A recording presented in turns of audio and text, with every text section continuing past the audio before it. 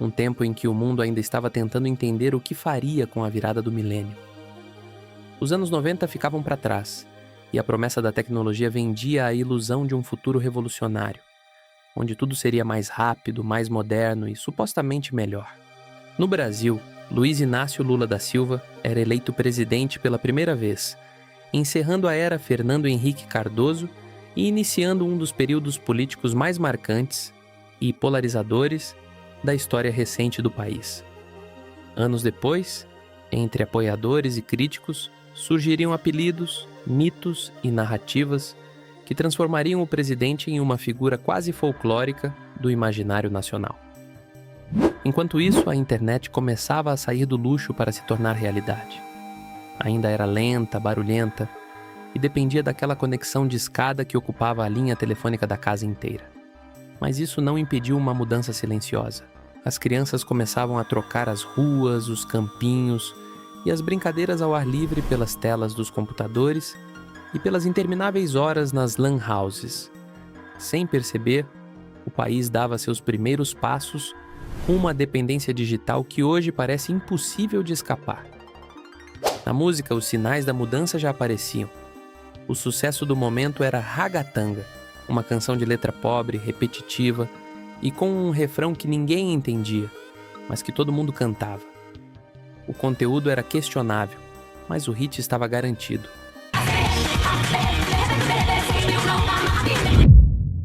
Naquela época, o Brasil ainda era reconhecido como a maior potência do futebol mundial, como se talento fosse um recurso inesgotável do país.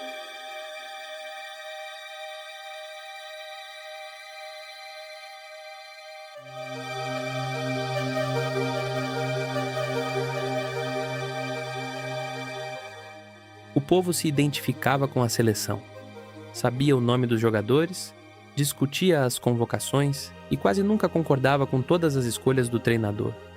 Mas, no fim das contas, todo mundo sabia quem estava vestindo a camisa amarela e o que aquela equipe representava para o país.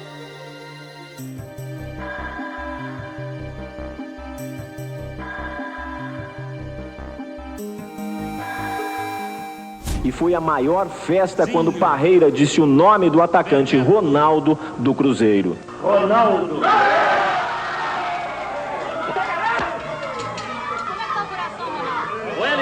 Disparou completamente, a emoção realmente é muito grande.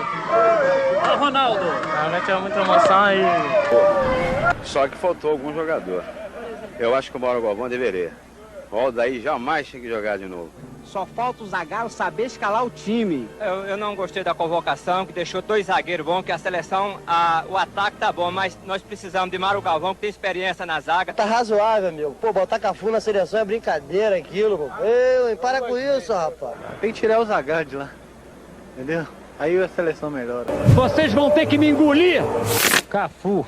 Tá errado, Cafu não aguenta mais, Cafu. Eu acho que tem muito jogador que não tá jogando futebol legal e tá lá mais por uma questão de afeto. O Zagallo, ele sabe o que ele faz.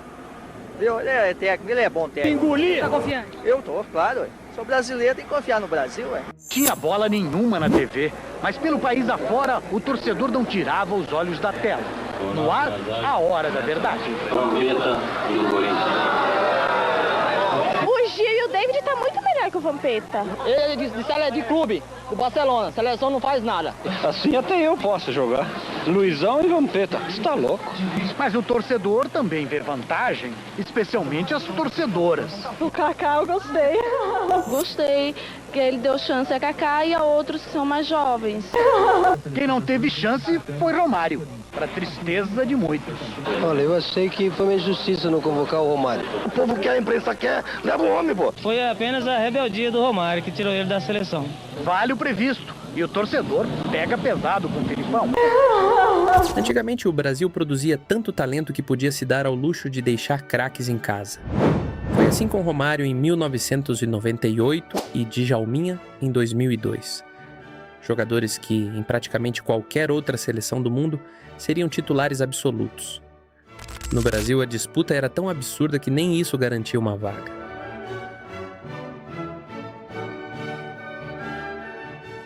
Após a derrota para a França em 1998, a base da seleção brasileira permaneceu praticamente a mesma. Na verdade, pode-se dizer que ficou ainda mais forte. O resultado veio em 2002, com a conquista do pentacampeonato. Mas o que poucos percebiam naquele momento era que aquele não era o começo de uma nova era vencedora. Era o último capítulo de uma geração extraordinária que estava prestes a desaparecer.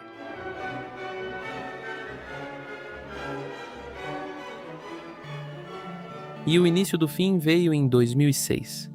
Pela primeira vez em muito tempo, o Brasil chegava a uma Copa do Mundo não apenas como candidato, mas como o grande favorito. O elenco era recheado de estrelas, jogadores consagrados e vencedores. No papel, parecia imbatível. Mas foi justamente aí que o carro começou a sair da estrada.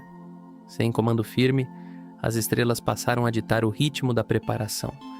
Os treinos viraram espetáculo, a concentração virou festa, o foco ficou em segundo plano e as escapadas se tornaram frequentes.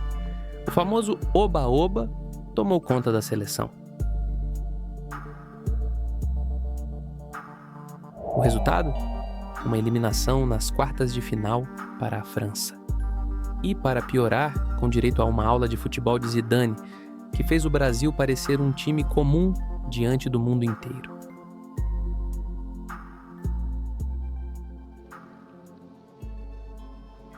Daquele momento em diante, a seleção começou a perder sua identidade.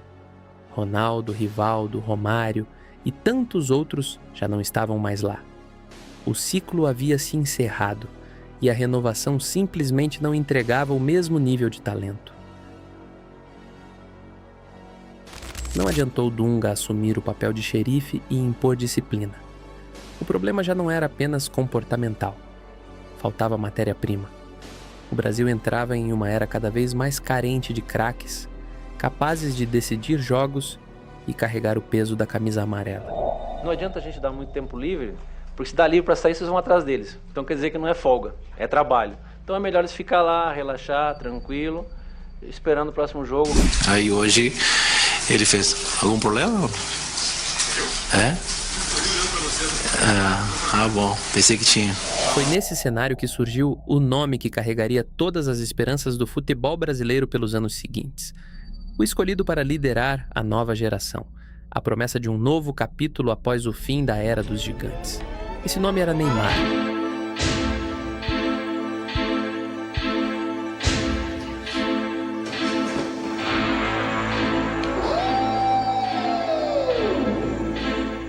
Por falta de grandes craques, Neymar acabou se tornando o principal nome da nova geração.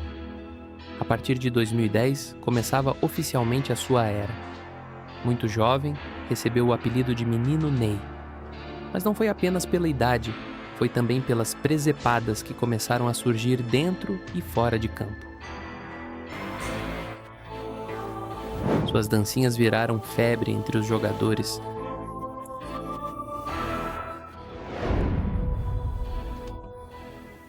O visual passou a ser tratado quase como parte do treinamento. Cortes de cabelo extravagantes, comemorações ensaiadas e uma preocupação crescente com a própria imagem passaram a ocupar espaço dentro do futebol brasileiro. Resumindo, a era Neymar contaminou o vestiário da seleção. Aos poucos, muitos jogadores pareciam mais preocupados em ensaiar passinhos de dança, mudar a cor do cabelo e alimentar as redes sociais do que em jogar futebol. A camisa mais pesada do mundo começava a perder sua identidade, substituindo a cultura da competitividade pela cultura da celebridade. A era Neymar, além de produzir um monte de pereba, também criou uma geração de abobalhados. Jogadores que pareciam mais preocupados em aparecer do que em jogar bola. Para quem cresceu vendo o futebol raiz de verdade, com craques que resolviam dentro de campo e deixavam o espetáculo para a bola, a seleção brasileira foi se tornando cada vez mais distante. A identificação acabou e a camisa amarela passou a representar algo completamente diferente do que representava antigamente. E como é que vai ser o comportamento da torcida hoje com relação ao Neymar? O pessoal vai apoiá-lo, vai pegar no pé, como é que vai ser? Pelo que me consta, todo mundo está contrariado contra esse moço. É maloqueiro pesado. É maloqueiro pesado. Tira-se pela fisionomia dele, pelo corte de cabelo dele. Vê se o Ganso tem essa carinha. Maloca pesada. Eu sou santista pesado. Eu quero que o jogador do Corinthians quebre esse moço hoje. Não pode falar isso. Eu quero. E vamos mostrar os sintomas de que a era Neymar não passa de um fracasso. Mesmo conquistando alguns títulos, que convenhamos não foram lá muito expressivos, os sinais de que essa seria uma geração fracassada já estavam por toda parte. A confirmação veio em 2014, com a chacoalhada histórica que tomamos da Alemanha dentro de casa. O humilhante 7-1 escancarou para o mundo inteiro o tamanho da decadência do futebol brasileiro. E lá vem eles de novo. Olha só que absurdo. A chance de mais um gol. Gol da Alemanha. Toma-se o caminho do maior vexame brasileiro em todos esses 84 anos de Copa do Mundo. Está doendo. E na Copa seguinte a situação conseguiu ficar ainda mais vergonhosa. O menino Ney virou chacota mundial por causa das suas simulações e exageros nas faltas. Enquanto os grandes craques do passado eram lembrados pelos gols e títulos, Neymar passou a ser conhecido pelas suas roladas no gramado, ganhando definitivamente a fama de Caicai.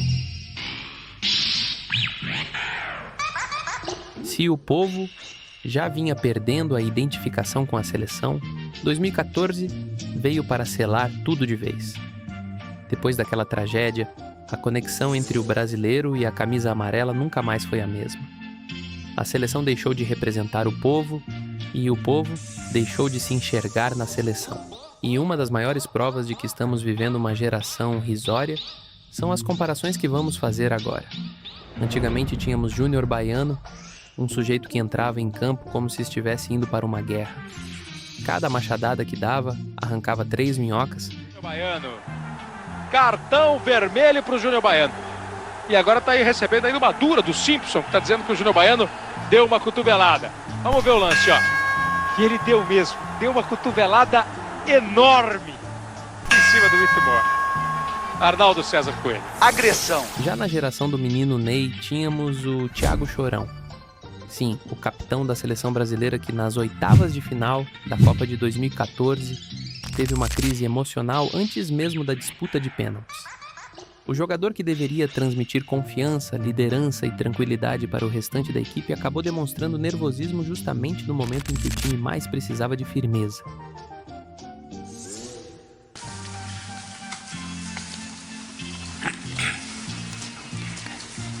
E também temos o nosso grande Léo Pereira. Sim, esse grande zagueirão que caiu aos prantos porque a namorada não gostou que ele tirou a barba.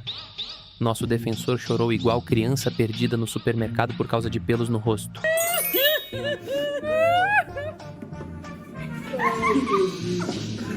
Sai daqui.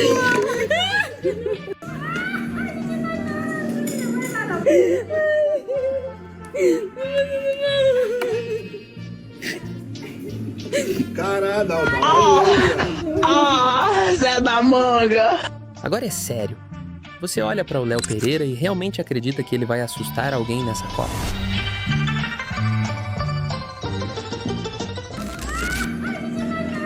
E o que dizer dos atacantes de antigamente? Tínhamos o grande Edmundo Animal. Um sujeito tão imprevisível que no meio da partida resolvia sair no soco com o adversário sem aviso prévio. Não importava se o time estava ganhando, empatando ou perdendo. O homem parecia jogar futebol possuído por algum espírito de briga. Não é pra se dar um cruzado de esquerda desse, Falcão. Já na era do menino Ney temos o grande Rafinha porrada neles. Sim, aquele mesmo que prometeu arrancar a cabeça dos argentinos antes da partida. No auge dos seus 60 quilos e usando perfume feminino, resolveu comprar uma briga que não conseguiu sustentar dentro de campo. No final das contas, além do baile que levou na bola, ainda foi intimidado pelos próprios jogadores argentinos. Porrada neles sempre. Porrada neles sempre. Que não pode faltar na sua necessaire. Creme de corpo, mas eu gosto de usar também hidratante, só que o hidratante tá lá no clube. Very sexy night. Very sexy night. Pega esse. Tá ligado. Esse é o Angel, famoso Eu sei, Angel. mas isso é de mulher, não é? Mas isso é de mulher, não é? Esse é bem doce. Porrada neles? Porrada neles, sim. Ah, você leva, tipo, no vestiário você tá com o Angel assim? No vestiário você tá com o Angel assim? Eu achei que você usava do clube. Porrada neles? Porrada neles, sim. Mas daí às vezes não é tão bom. Very sexy night. Agora olha só como os jogadores resolviam as diferenças antigamente. Apita Romualdo. Olha a briga. Confusão total. Ramírez vai sobre Rivelino que cai. Entrou Roberto. Confusão total no Maracanã. Notem a intervenção também do goleiro Jairo. O policiamento demora a chegar. Agora sim a intervenção da polícia. Very sexy night. E se você está pensando que na era Neymar apenas os jogadores são bananas, está muito enganado. No banco de reservas a situação não foi muito melhor. Depois de Filipão em 2014, tivemos Tite comandando a seleção em 2 Copas do Mundo. O famoso leão de eliminatórias. Empilhava vitórias em jogos que pouco importavam. Quebrava recordes, dava show em amistosos e classificatórias. Mas na hora que realmente valia alguma coisa, tomou nabo nas 2 oportunidades e voltou para casa eliminado nas quartas de final. Tite, filho de uma puta! Neymar não bateu o pênalti. A culpa é do Tite! Seu sem vergonha! Seu burro! Burro! Seu idiota! Acabar com o país! Um país sofredor! E depois veio o bananão do Dorival Júnior. Um treinador que em muitos momentos parecia não ser respeitado nem pelos próprios jogadores. Afinal, como esquecer a cena do grupo deixando o treinador de fora da roda antes da disputa de pênaltis contra o Uruguai? A imagem resumiu perfeitamente o momento da seleção. Um time sem liderança, sem comando e sem identidade. São 11h30, então acho que eu já posso usar desse palavreado. Vocês me desculpem, mas ele pipocou, ele é um bananão. Foi aí então que a CBF decidiu agir e buscar algo novo. Depois de tantos fracassos, chegou a hora de uma suposta reformulação. A ideia era simples. Se os técnicos brasileiros estavam ultrapassados, como diziam muitos críticos, então era hora de procurar alguém de fora. E quem seria melhor para essa missão do que o maior campeão da história da Champions League? Carlos Ancelotti. Um treinador multicampeão, respeitado no mundo inteiro, e dono de um currículo que faz qualquer técnico brasileiro parecer estagiário. A aposta era clara. Se o problema estava no comando, a solução seria trazer um dos maiores nomes da história do futebol para tentar colocar a seleção de volta nos trilhos. O irmão do Marcelinho Carioca tá de palhaçada. Não, Tchelo! Não, não, não! O irmão do Marquinhos olhando o zagueiro aí, imbecil! Zé da Manga! Só que foi questão de tempo até conseguirem abrasileirar o grande Tchelo. Levaram o homem para o carnaval, apresentaram o verdadeiro bananil e, ao que parece, também conseguiram convencê-lo a apostar mais uma vez no eterno menino Ney. Sim, o menino Ney. Só que agora com 34 anos nas costas. Um jogador que nos últimos anos passou mais tempo se recuperando de lesões do que jogando futebol. Alguém que frequentemente estampava mais capas de revistas de fofoca e páginas de entretenimento do que as manchetes esportivas. E assim, a tão prometida renovação da seleção já começou olhando para o retrovisor. Como se o futebol brasileiro estivesse preso em um ciclo onde os mesmos nomes continuam sendo tratados como solução, mesmo quando os resultados insistem em mostrar o contrário. Eu quero ser a sua namorada! Quero ser a sua! O dono da porra toda é ele, caralho! Para, está doendo. No Carnaval de Salvador, Bahia, nada mais, nada menos que o técnico da nossa seleção brasileira, Ancelotti! Boa noite. Salve, mister! Tchau. Você canta muito bem. Você canta muito bem. Que viagem é essa, velho? Obrigado, Salvador. Tá liberado a acreditar. E aí, um detalhe, Ancelotti. Coloca o Neymar nessa seleção brasileira, pelo amor de Deus. E sem contar o outro show de horror, que foi a apresentação dos convocados para a Copa. Um espetáculo de vergonha alheia do começo ao fim. O que deveria ser um momento solene anunciando os representantes da seleção brasileira, virou um festival de apresentações forçadas, piadas sem graça e cenas que foram comentadas de forma pejorativa por todo o Brasil. O Brasil chegou. A carinha dele. Dia hoje, o grande lance é a convocação. Você acredita mesmo que o Hexa vem? É claro que eu acredito, meu neto. 213 milhões em ação, torcida também joga junto. O manto sagrado entrou no gramado, eternos melhores do... Parecia que a preocupação era gerar cortes para essa internet e engajamento nas redes sociais, não anunciar os jogadores que teriam a responsabilidade de defender a camisa mais pesada do futebol mundial. Mais um capítulo da transformação da seleção em entretenimento, quando o que o torcedor queria era simplesmente futebol. Agradeço a todo mundo por os conselhos. Vamos, Ancelotti, chega. Outra? Outro o quê, meu? Nada mais. Começamos com a lista, porque... vai logo. Por favor, amigo. Olha lá, a presepada agora, quer ver? Quem? Alexandro, Flamengo. Tá de brincadeira, bicho. Bremer, Eu tô imitando o Juventus. Neto. Alexandro, velho. Sabe quando a gente vai ganhar a Copa com o Alexandro? Nunca. Danilo, Nossa. Flamengo. O quê, meu? Nossa. Douglas Santos, Zenit.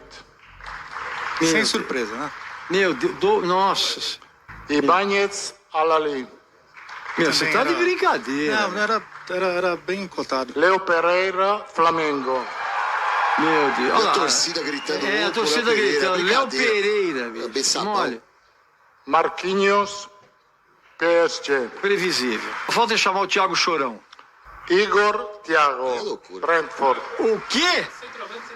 Mas é fraco, hein? Fraco. Luiz Henrique, Zenit. Fraquíssimo. Ele vai deixar o Neymar por último. Neymar Júnior Santos. Isso é absurdo. Isso é absurdo total. Sem surpresa, sem absurdo total. Total. Ele é jogador em atividade. Olha lá. A plateia da Globo e a mídia batendo palma. Ridículo. Olha lá. Olha lá. Olha que coisa patética, meu. Seguimos. Isso é ridículo. Ou seja, eu não tô nem aí pra convocação, só queria saber do Neymar. Agora o Neymar foi convocado. Vai todo mundo embora. Olha lá. Aí, ó. Olha quem tá comemorando. Luciano Huck. Que papelão, cara. Que papelão. Aí vocês querem que eu vá torcer pro Brasil? Seguimos. Tá maluco? Seguimos. A verdade é que a seleção brasileira perdeu o respeito. Perdeu o respeito do torcedor, perdeu o respeito dos adversários e, em muitos momentos, parece ter perdido até o respeito pela própria camisa que veste. Dá pra contar nos dedos os jogadores que ainda se salvam. E o mais impressionante é que entra técnico, sai técnico e nada parece mudar. Mudam os discursos, mudam as promessas, mudam as desculpas, mas os nomes continuam os mesmos. Os perebas continuam os mesmos. E nem o Alisson, né? Nem o Alisson! O Alisson, sabe o que o Alisson é? Motorista ele come! Bracinho curto! Cantor! Alligator que fala inglês, é isso? Você não sabe como é que um goleiro como esse vai? Como é que um goleiro vai na hora de cabecear a bola? O escanteio já foi! O escanteio já foi! E não pegou uma bola, ele tomou um frangaço no primeiro gol da Bélgica! Desculpa, maravilha! Sou eu mesmo, o Alisson não é bom goleiro nem aqui nem na China! 2 Copas do Mundo e não pegou um pênalti. Não fez uma defesa difícil. E de goleiro é ele que entende. Que o Alisson fez uma grande defesa ontem contra o Aston Villa. Hoje o povão já nem vê tanta graça na Copa do Mundo. Claro, sempre vai ter festa, porque no Bananil qualquer coisa vira motivo para comemoração. Vai ter churrasco, camisa da seleção, bandeira na janela e gente apostando que agora vai. Mas a verdade é que já não existe o mesmo brilho de antigamente. A expectativa diminuiu, a identificação acabou e aquela sensação de que a Copa parava o país inteiro ficou cada vez mais fraca. E não é só a seleção que mudou. Até as narrações perderam a graça. Antigamente os narradores pareciam torcedores com o microfone na mão. Quando o jogador fazia besteira, levava esporro ao vivo mesmo. Não tinha filtro, não tinha media training e nem preocupação em agradar empresário de atleta.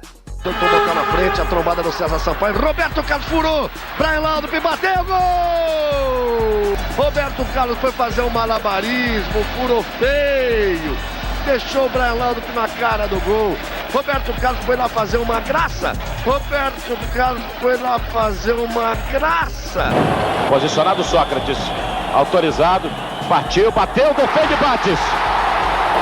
Quer chegar juntinho da bola, frescura, ficou lá no meio, quis bater, vai tomar banho. Palhaço. Roberto Carlos foi lá fazer uma graça. E olha só o nível da narração de hoje. Ele dispara, direto pro gol!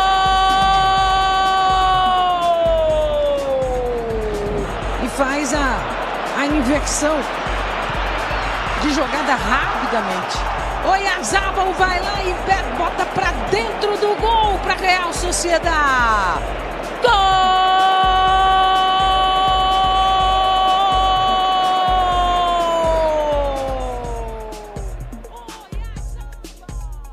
E você, amigo, acha que eu exagerei nas colocações? Acredita que a geração Neymar foi realmente uma grande geração? Ou ficou devendo quando mais importava? Concorda com essa cultura das dancinhas, da preocupação excessiva com a estética e das redes sociais, tomando cada vez mais espaço dentro do futebol? Ou acha que isso é apenas uma evolução natural dos tempos? E o mais importante, você ainda acredita no Hexa? Ou acha que a seleção brasileira precisa de uma mudança muito mais profunda para voltar a ser temida no cenário mundial? Deixe sua opinião nos comentários e nos vemos na próxima. Ouviram do Ipiranga as margens plácidas, que o povo era comprado retumbante, e o sol da liberdade raio fugidor brilhou no céu da pátria nesse instante. Senhor da cidade, conseguimos conquistar com o braço forte. Em teu seio, ó liberdade, desafia o nosso peito à própria morte.